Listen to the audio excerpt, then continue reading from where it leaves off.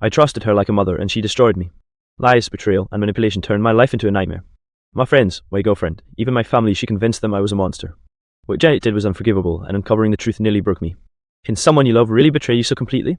Watch my story of revenge, ruin, and recovery. I still remember the exact moment my world collapsed. It wasn't a slow burn, it wasn't something I could prepare for. It was a nuke detonating in the center of my life. 1 second, I had a girlfriend who loved me, a small but close group of friends, a job where people respected me. The next, I was standing in my own living room with 3 people screaming at me, calling me a liar, a cheater, a manipulator. And the worst part? I didn't even know what I was being accused of yet. Just admit it. My girlfriend, Lee, was shaking with rage, her face blotchy from crying.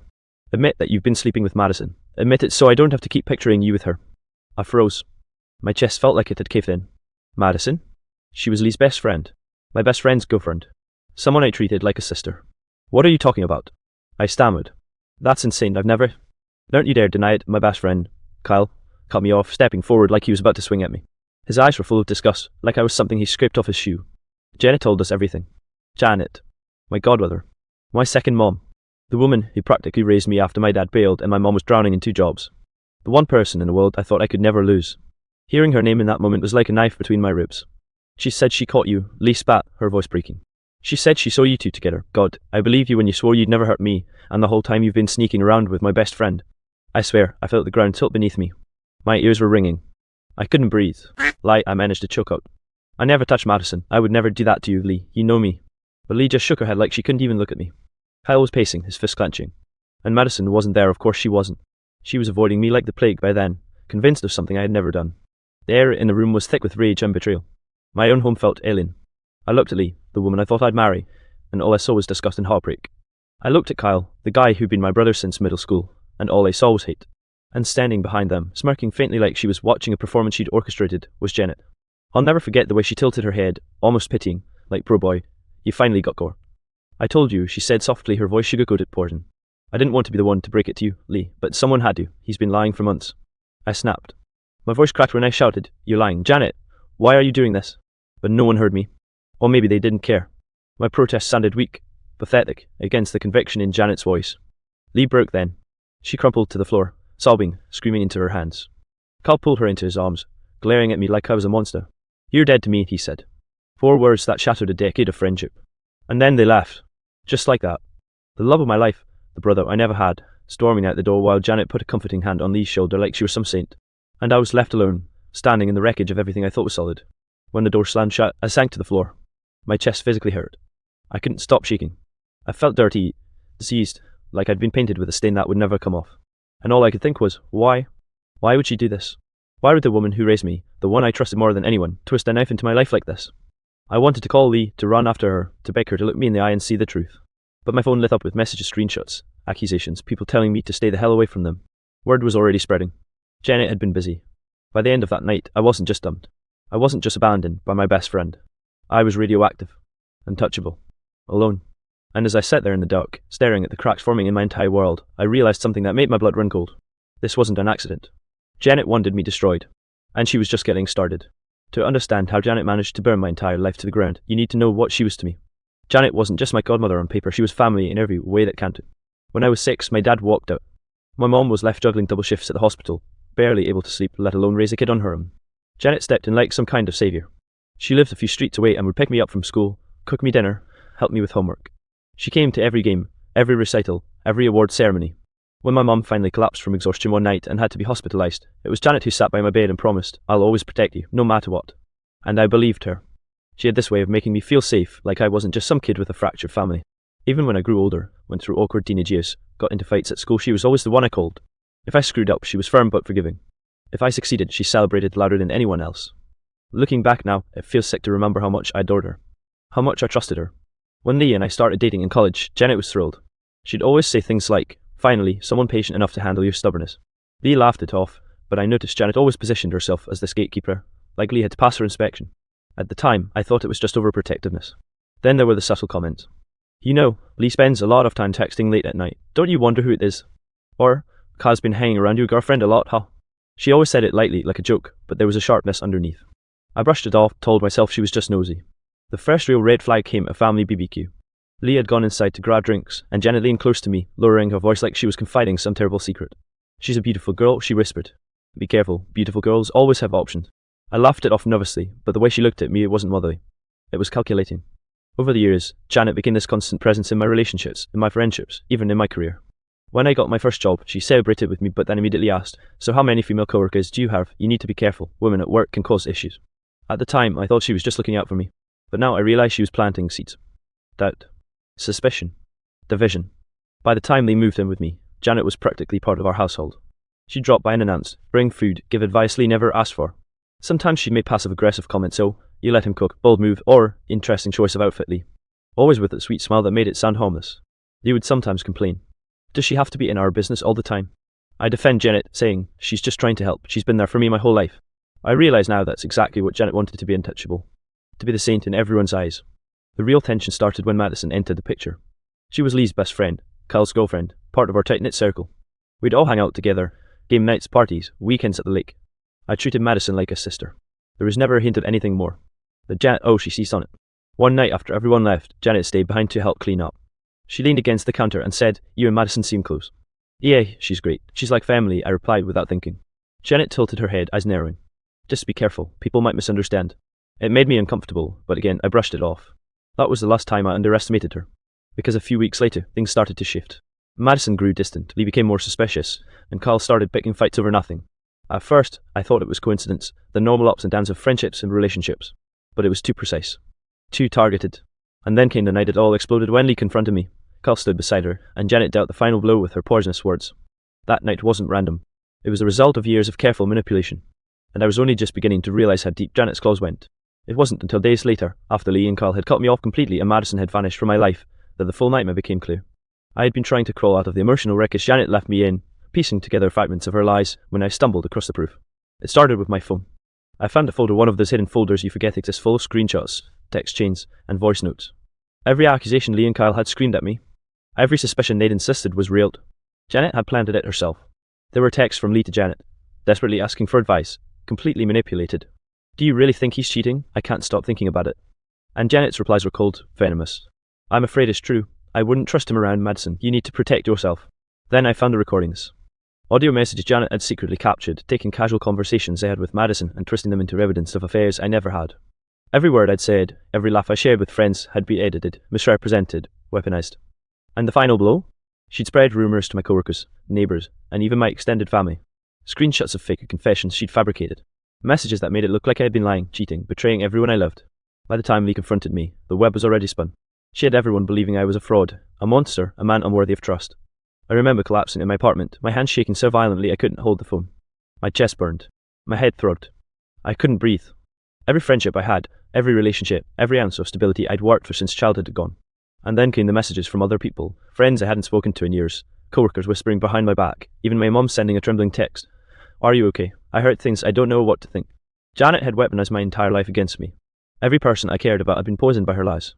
Every connection shredded. I thought I knew her heart. I thought she loved me like a son. But Janet didn't just betray me, she delighted in the destruction. It got worse. I confronted Madison after some taking she wouldn't even meet me in person. Over text, she sent the worst words I'd ever read. I can't believe you do this, I trusted you, I'm done. The isolation hit like a physical blow. I couldn't eat. I couldn't sleep. Every time my phone buzzed, I flinched, expecting another wave of accusations, another person turning on me. I was a ghost in my own life. And the twist didn't end there. I discovered that Janet had been systematically targeting other people in her orbit for years, friends, colleagues, even her own family members. She had a pattern: identify someone she disliked or envied, plant seeds of doubt, and then sit back as they self-destructed. She thrived on the chaos she engineered, watching as people turned against each other while she remained untouchable. I was the latest in a long line of victims and possibly the most devastatingly hit. I had been framed, humiliated, and socially exiled by the one person I trusted more than anyone in the world. I went numb at first. Days blurred together. I stayed in bed, staring at the ceiling, replaying every conversation, every interaction with Janet. That sweet smile, the hand on my shoulder, the voice whispering I'm here for you, every memory now twisted into a memory of manipulation. My health began to deteriorate. Panic attacks, sleepless nights, crushing depression. I had always been independent, resilient, but this was different. This was systematic, targeted destruction. I felt like I'd been erased. And then I realized something worse. Even if I could prove Janet's lies to everyone else, some damage might be permanent. Lee, Kyle, Madison, they might never look at me the same way again. My reputation, my friendships, my love life, she had shattered them all with precision. That's when I decided I couldn't let it end like this. I couldn't let her walk away while my life lay in ruins. I started documenting everything, gathering evidence, screenshots, voice memos, old messages. Every scrap of proof I could find. I had to confront her, I had to expose her. But I knew it wouldn't be simple. Janet wasn't just manipulative, she was cunning, careful, calculating.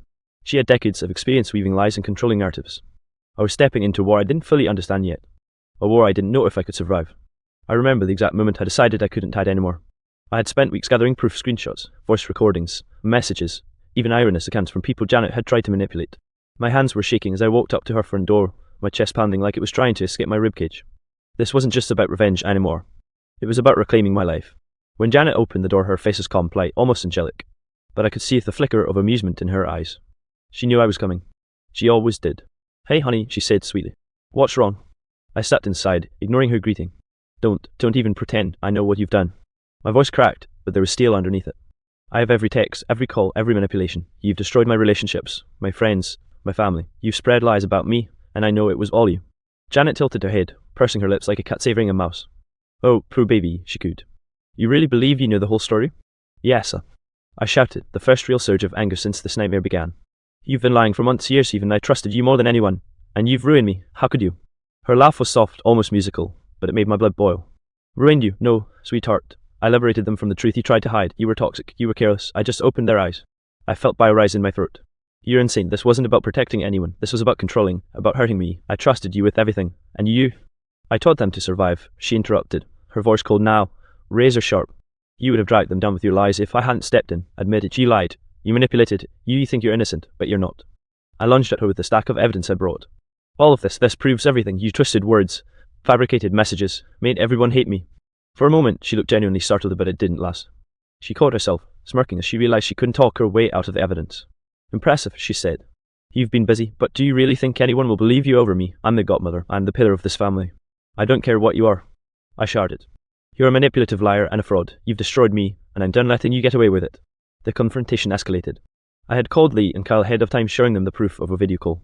At first, they were hesitant, but as I walked through each manipulation, each lie, each twisted message, the shock on their faces was clear. "Oh my God," Lee whispered. I can't believe I just believed her." Kyle's face was red with anger. "She played us like puppets, all of us." I turned back to Janet, holding the phone high. "Do you see that? All of it. You lied to everyone, and now they know, and so will the rest of the family." Janet's composure faltered slightly. Her eyes narrowed, lips pressed tight. "You're making a mistake," she hissed. "This will ruin everything. You'll regret this." The fallout was immediate. Within hours, my evidence was shared with my family, close friends, and even some neighbours who had been whispering about me. Janet tried to defend herself, claiming misinterpretation, but her carefully constructed facade began to crack under scrutiny. People I thought had turned on me were now reaching out, apologising, asking if I was okay. The authorities got involved after an anonymous tip confirmed her recording conversations and fabricating evidence, both illegal. She was facing potential charges for harassment, defamation, and invasion of privacy. Socially, her reputation crumbled. Friends she'd manipulated for decades began turning on her, distancing themselves. The most satisfying moment, seeing her in that moment when she realised her control was gone. No more whispered manipulations, no more lies spreading like wildfire. She was no longer untouchable. I finally felt something I hadn't felt in months: relief. And yet, the weight of the damage she'd caused, the friendships destroyed, the relationships broken, the trust shattered, still lingered. Janet's consequences were severe, but the healing had only just begun for me. That confrontation didn't erase the months of depression, the sleepless nights, or the emotional scars. But it marked the first time I felt power again, the first time I felt I could reclaim my life from the hands of someone who had tried to annihilate it. And as she left that night, escorted by authorities, her face twisted in fury and disbelief, I finally realised some people thrive on destruction, but they can be stopped. The days after Janet's confrontation felt surreal. Part of me wanted to collapse, to let the adrenaline drain from my body and give in to the grief, but I knew I couldn't. The wreckage she had left behind wasn't just social, it was emotional, psychological. I was fractured, and rebuilding wouldn't be quick or easy. I started with therapy. At first, I was hesitant. Sitting in a chair across from a stranger, recounting the months of isolation, the nights spent crying alone, the betrayal of the person I had trusted more than anyone, it was exhausting. But slowly, step by step, I began to untangle the knot Janet had tied in my mind. I learned to recognise the patterns of manipulation, to see that the self-doubt and panic she had implanted weren't mine, they were hers. My support system became critical. Lee eventually reached out, apologetic, tears in her voice as she admitted she had been manipulated. Kyle and Madison did the same, though it took longer. Rebuilding those relationships wasn't immediate. Trust, once shattered, doesn't snap back overnight. But their willingness to listen, to believe me once the truth was undeniable, was a lifeline. I also had to confront the fallout in a broader social sphere. Co-workers whispered less once the evidence circulated, neighbours stopped giving me those sideways glances, and family members began to reach out, some hesitantly, some with guilt etched on their faces. Even my mother, who had always been sceptical of Janet's overbearing tendencies, admitted she felt shame for not seeing the warning signs sooner. Physically, I forced myself into routines that restored a sense of control. Running, lifting weights, Cooking healthy meals and forcing myself to eat regularly became my armor. Every step was a reminder I was reclaiming my body, my mind, my life. Panic attacks still hit occasionally, but I learned breathing techniques, grounding exercises, and the discipline to push through the fear instead of letting it paralyze me. Financially, there were consequences for Janet as well. The legal battles she faced for harassment and defamation were ongoing, and restitution discussions were underway. While money couldn't undo the emotional devastation she caused, it symbolized accountability, the fact that actions have consequences. For the first time, the scales weren't entirely in her favor. Emotionally, I began documenting my experience, writing down every thought, every moment of betrayal, every painful memory. Not to dwell in the past, but to solidify my understanding and reclaim my narrative. Writing it down transformed chaos into clarity. Each entry, each recounting, peeled away the shame she tried to load onto me. I also discovered a sense of empowerment I hadn't known before. The betrayal, brutal as it was, forced me to grow. I learned to recognize red flags earlier, to trust my instincts, and to value my own judgment over the manipulative words of others, no matter how persuasive or loving they seem. I built boundaries where none existed, cutting toxic people out before they had the chance to undermine me. Months later, I was able to reconnect with Lee and Kyle fully. Madison, too, cautiously returned, rebuilding the trust she had lost. Relationships were fragile, but they were genuine now, no longer filtered through Janet's eyes. I learned that while some wounds leave scars, those scars can serve as reminders of resilience rather than weakness. I didn't just survive, I adapted. I became proactive about my mental health, prioritizing therapy, exercise, and honest communication. I stopped being afraid to speak up when something felt wrong. And most importantly, I learned that no one, even someone who raised you, who professes love, has the right to strip you of your dignity or manipulate your world. Today, I'm not naive, but I'm stronger. I still carry the memory of betrayal, but it fuels me rather than breaks me. I've rebuilt my friendships, repaired family ties, and learned to love myself even when someone else tried to convince me I was worthless. I've learned that survival isn't just about enduring, it's about reclaiming your life piece by piece until you recognize your own reflection again. Janet's betrayal taught me a harsh lesson about trust, manipulation, and resilience. And though it left scars that will never fully fade, it also forged a version of me that's unbreakable, aware, and fiercely protective of my own truth. I can never undo what she did, but I can define what comes next.